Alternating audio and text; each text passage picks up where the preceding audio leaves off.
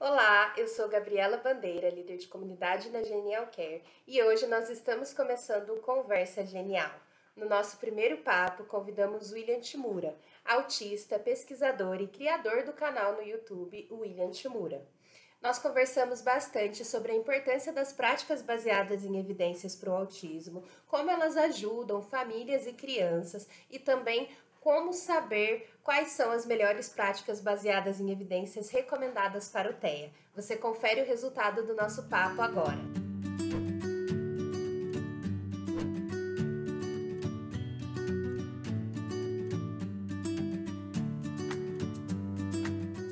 William, queria agradecer muito a sua participação aqui no YouTube da Genial, a primeira vez que a gente está gravando a Conversa Genial. Estou muito feliz de ter você aqui com a gente. Imagina, eu que agradeço. Sempre um prazer falar sobre esse assunto aí, que é um dos meus grandes interesses. E para começar, acho que aquela pergunta bem básica, bem introdutória mesmo, né? Que é qual é a definição das práticas baseadas em evidências? Então, o que que define, né, um conjunto de estratégias como uma prática baseada em evidências?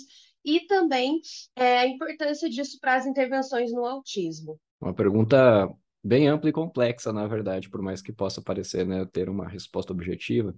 Mas quando a gente fala sobre ciência, na verdade, a construção, né, do conhecimento científico, vamos dizer assim, uma das partes elegantes da ciência é justamente ela não ter dono, na verdade, né? Então, sendo assim, não existe uma única agência, uma única instituição, um único órgão que dita regras absolutas, por exemplo, né?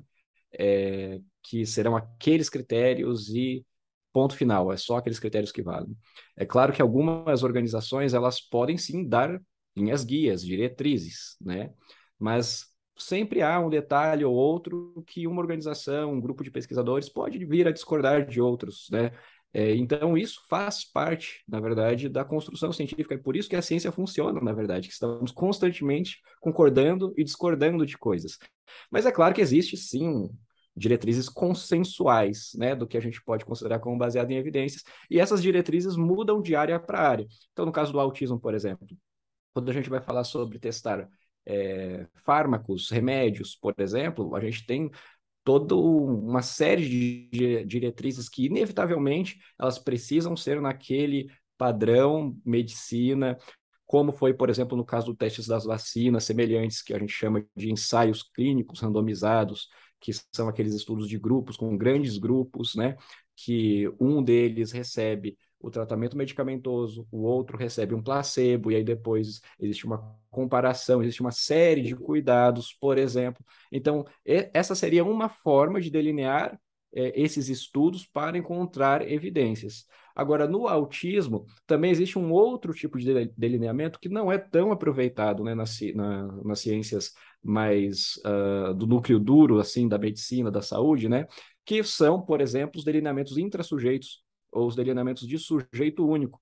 Isso ocorre porque é muito difícil, muitas vezes, a gente ter um grupo homogêneo, né, de pessoas com essa condição que a gente chama de autismo, que vão ter ali, de alguma maneira, uma faixa etária equivalente, dificuldades, prejuízos equivalentes, uma necessidade de suporte equivalente. Então, é difícil a gente conseguir ter esse grupo homogêneo para a gente conseguir fazer essa mesma lógica, né, que a gente faz, por exemplo, num trial, num ensaio, né, para vacina, para medicação, etc. Então, esse tipo de delineamento, ele compara o sujeito com ele mesmo, e isso são gerados aí, então, ao longo da história, vários estudos, estudos, estudos, e isso possibilita a gente essa grande quantidade de estudos. Cada grupo de pesquisadores em um país, outro país, China, Estados Unidos, Japão, Brasil, Austrália, Reino Unido, enfim, e essa coleção de estudos investigando o mesmo fenômeno, quando a gente tem uma combinação desses estudos, aí a gente pode se dizer, então, que temos estudos de boa qualidade sobre esse tema para essa população e temos uma quantidade boa, todos eles têm sugerido que tal intervenção, que tal medicamento, que tal prática realmente está trazendo bons resultados, então chega uma hora que é ok, isso aqui a gente pode considerar como baseado em evidências. E aí, é claro, cada um vai ter os seus critérios, mas os critérios geralmente caminham nesse sentido. Uma boa quantidade de estudos, então nunca um único estudo.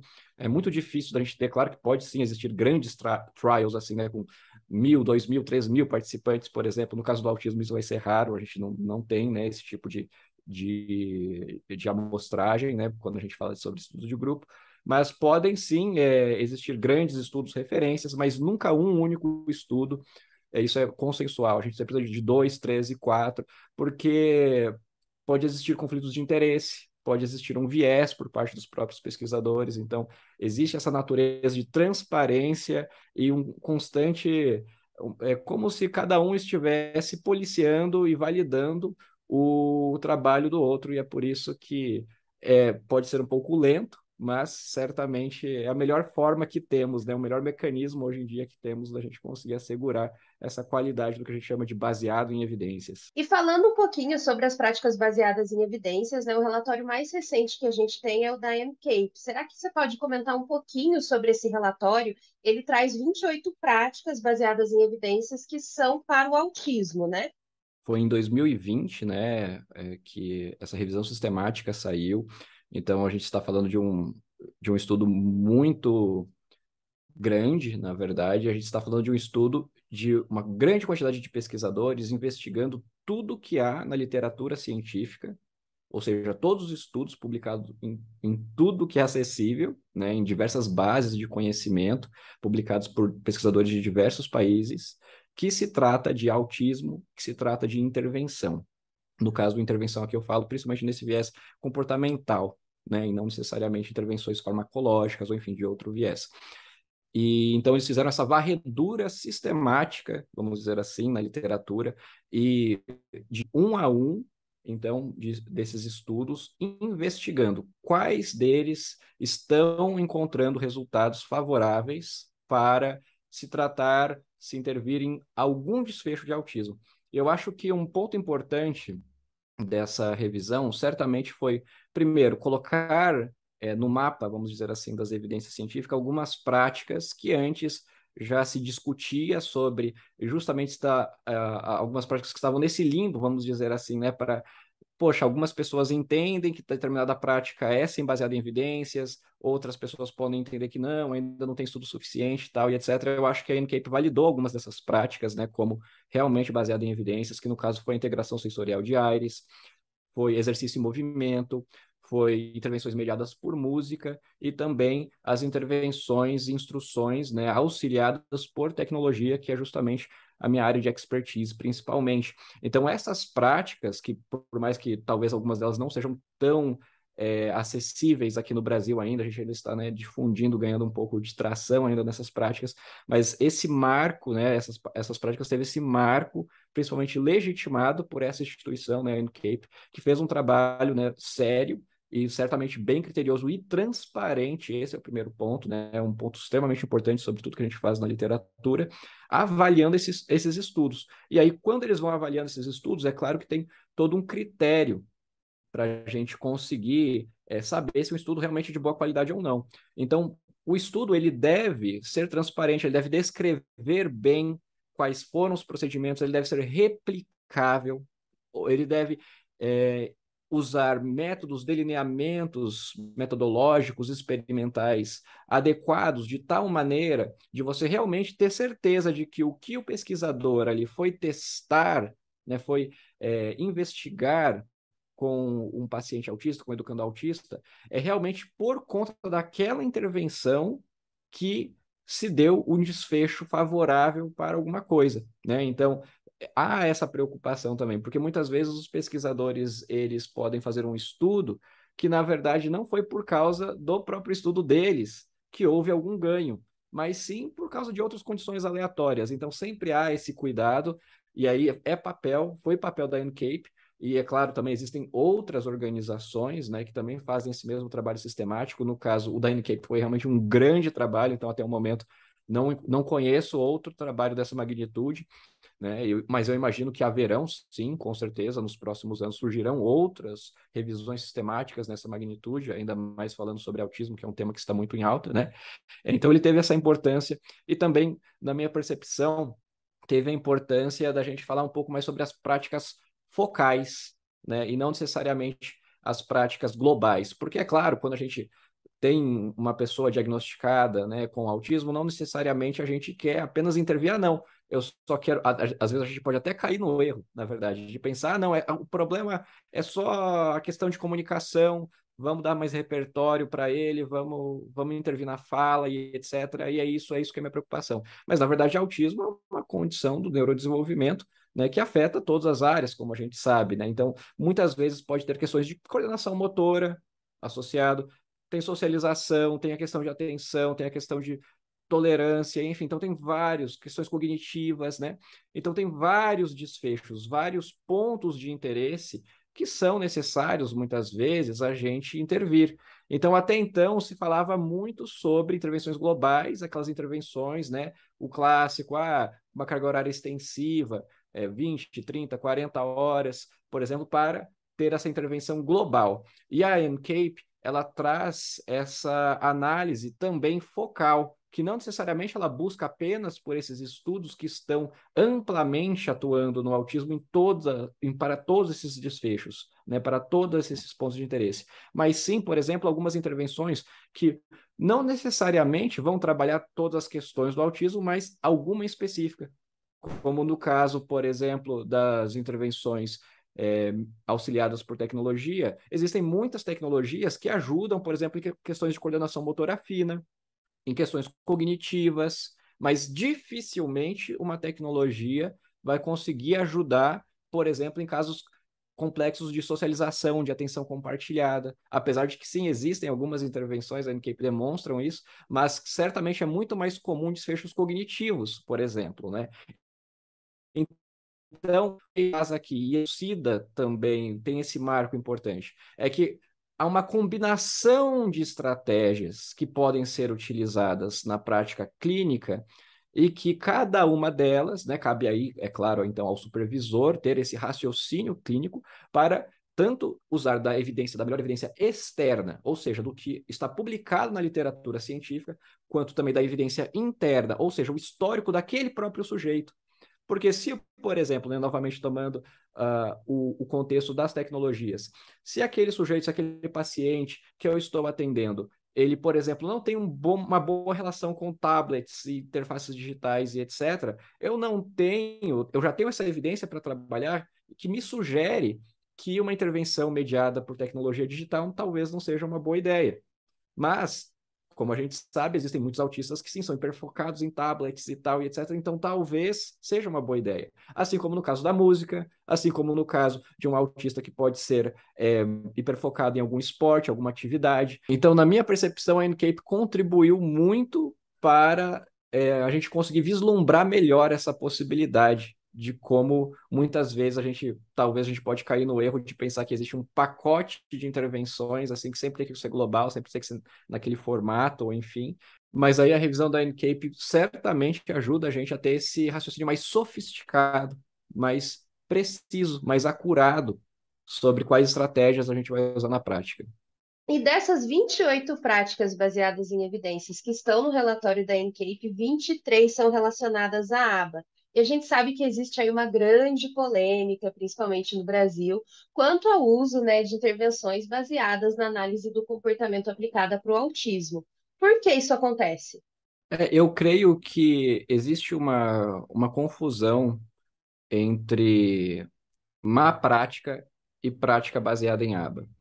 O que ocorre é que aba, e a gente tem evidências para isso, justamente você acaba de dizer, né, que grande parte dessas evidências do relatório da NCAPE se tratam de estratégias que se derivam dessa ciência.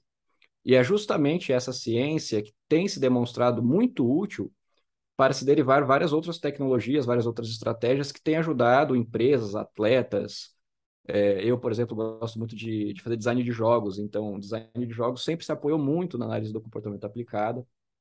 E a gente sabe que essa ciência, ela tem essa possibilidade da gente conseguir descrever, entender, explicar melhor e, é claro, controlar os fenômenos relacionados aí ao que a gente vai chamar de comportamento, né, de organismos, comportamento humano, enfim, também, não necessariamente só humano, no caso, né, da análise do comportamento, mas então ela tem essa utilidade. Agora, ela por si só não quer dizer, não garante, é claro, que exista uma aplicação ética dessas práticas.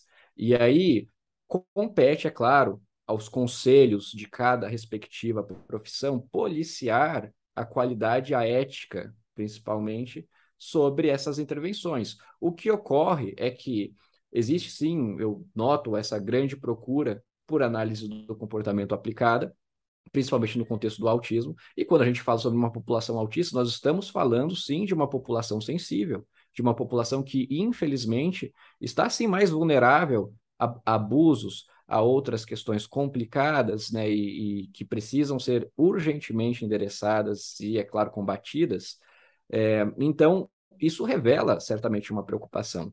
Agora, isso não é uma característica da análise do comportamento aplicado, isso é uma característica de práticas para essa população. Então, eu entendo que existe essa confusão, mas o que ocorre no caso da análise do comportamento aplicado é que, pelo fato dela estar ganhando tanta atração e pelo fato dela buscar essa efetividade, nem sempre a individualidade do autista, nem sempre os desejos, os próprios interesses, a percepção de mundo são respeitadas nessas intervenções. Então, às vezes, eu entendo que existe uma situação que o profissional, a pessoa na clínica, ela pode pensar que, determinado objetivo para essa criança é importante, por exemplo.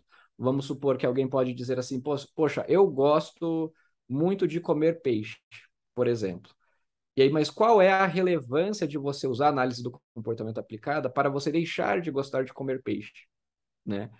É possível de se fazer isso? É possível. A gente consegue, a partir da análise do comportamento aplicado, traçar uma estratégia para você, de alguma maneira, evitar de comer esse tipo de alimento que talvez faça mal para você ou tal, etc., se fosse relevante. Mas e se não for relevante, né? É possível de traçar uma estratégia? É, mas isso com certeza vai trazer algumas consequências indesejáveis por você não acessar aquilo que você gosta, aquilo que você tem prazer e etc. Então, há uma confusão aqui no sentido de má prática em não considerar a individualidade do sujeito, que no caso, qualquer prática com ou sem evidência deveria considerar, e no caso, isso não é uma característica, algo característico da análise do comportamento aplicado, isso pode acontecer na escola. Seguindo essa linha, a ASHA, por exemplo, né, que é a Associação Americana de Fonoaudiologia, ela considera a prática baseada em evidência, por exemplo, eu acho interessante essa definição, como 3 pilares. Evidências externas, aquelas que estão publicadas na literatura, evidências internas, aquela, né, que faz parte do próprio histórico do sujeito, e também, principalmente, a relevância, aquilo que faz sentido para o indivíduo, aquilo que respeita e entende o que vai ser útil para ele, o que realmente vai promover autonomia, que tem uma relevância. E aí, nesse último pilar, é que, por vezes, as pessoas pecam, mas isso, novamente, não é uma característica apenas da análise do comportamento aplicada. Isso é uma característica de práticas ruins, práticas desrespeitosas, práticas de um viés, de um raciocínio clínico ainda enviesado no capacitismo, num viés normalizador de que, como se quanto mais próximo da criança se comportar de um jeito típico, mais próximo do característico do que a gente chama de típico, é igual a maior sucesso de intervenção. Por exemplo, se a gente pensa num background histórico há 30 anos atrás, 40 anos atrás, você ainda vê estudos que monitoram, por exemplo, as estereotipias, intervenção nas estereotipias e a redução desses comportamentos repetitivos estereotipados como um grande feito, como se fosse, olha só que maravilhoso. E tudo bem, pode ser que isso aconteça naturalmente. Eu entendo que muitas vezes as estereotipias, as formas estereotipadas de se comportar, elas vão esvanecendo ao longo da vida naturalmente para o autismo, ao longo que os autistas vão adquirindo novos repertórios, novas formas de se comportar, de interagir com o mundo, de brincar, de se socializar, e enfim, isso acontece, mas não necessariamente vai acontecer sempre. Agora, qual a relevância da gente conseguir abaixar esse número para o zero, por exemplo, né? Então, alguém pode sim cair no erro de usar ou a aba ou qualquer outra prática com ou sem evidência para intervir nisso. E aí a gente está caracterizando, então, que se não há relevância, ou seja, se aquilo não faz mal para o indivíduo, a intervenção, na verdade, é na sociedade. A intervenção, na verdade, naquelas pessoas que acham que aquilo é ruim, que precisa ser, de alguma maneira, reajustado. Então, eu entendo que existe essa confusão, né? E eu entendo que existe essa confusão principalmente pelo fato de que, sim, existe muita má prática, e, infelizmente, e sim, as práticas baseadas em evidências estão crescendo, felizmente, mas elas precisam crescer juntamente com regulamentação, com uma forma da gente conseguir avaliar essas práticas e ter a certeza de que elas estão sendo conduzidas de forma transparente, ética e alinhadas com os valores da família, com os valores daquele próprio indivíduo que está recebendo essa intervenção. Bom, William, muito obrigada pela sua participação aqui hoje. Acho que você ajudou a esclarecer bastante dúvidas sobre as práticas baseadas em evidências, então só agradecer mesmo a sua participação aqui com a Genial. Imagina, eu que agradeço e até a próxima. Tchau, tchau.